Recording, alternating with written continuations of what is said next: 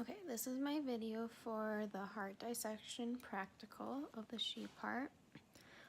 Since I totally was lost in the dissection process, I concluded that my heart dissection was not really even usable in terms of finding anything really that we were supposed to. So what I've done is found a diagram of a sheep heart online, and I will just go through and kind of depict where things are and their function. Alright, so here is the external view of an undissected heart up here. So here is our aorta. This whole general section up here is the base, and opposite of the base down here is the apex. It's pointed. So apex, base, aorta. In both of these we can see the coronary artery. So right here on the ventral view, it's kind of this curved line there. And then on the back side, we see it running right there again.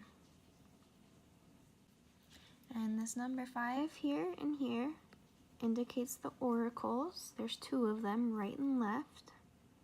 And we are also able to see by number 8 here and here that those are the pulmonary trunk of the heart.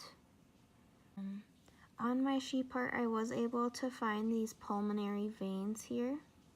I actually even put my finger in them, and I was able to get into the heart. Alright, and then up here near the aortic arc is the brachiocephalic artery.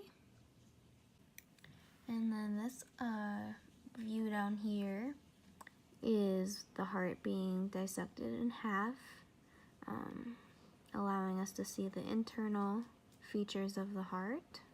And so here on this internal view of the sheep heart, we're able to see some of the features.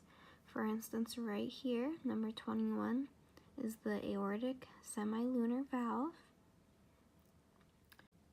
And if we move in a little bit closer, right here is the bicuspid valve.